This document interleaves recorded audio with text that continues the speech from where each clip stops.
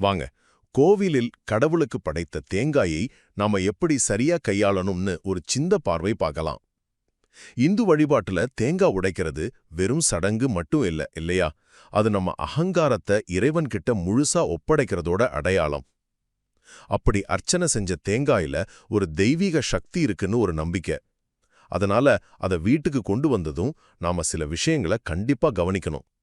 முதலாவது ரொம்ப முக்கியமான விஷயம், அந்த தேங்காய அசைவ உணவு சமைக்க மட்டும் பயன்படுத்தவே கூடாது.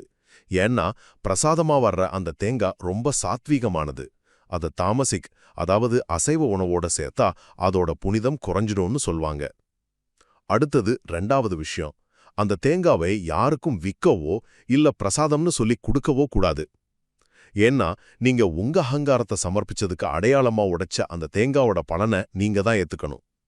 கடைசியா மூணாவது, அந்த தேங்காய்க்கு நாம உரிய மரியாதை கொடுக்கணும்.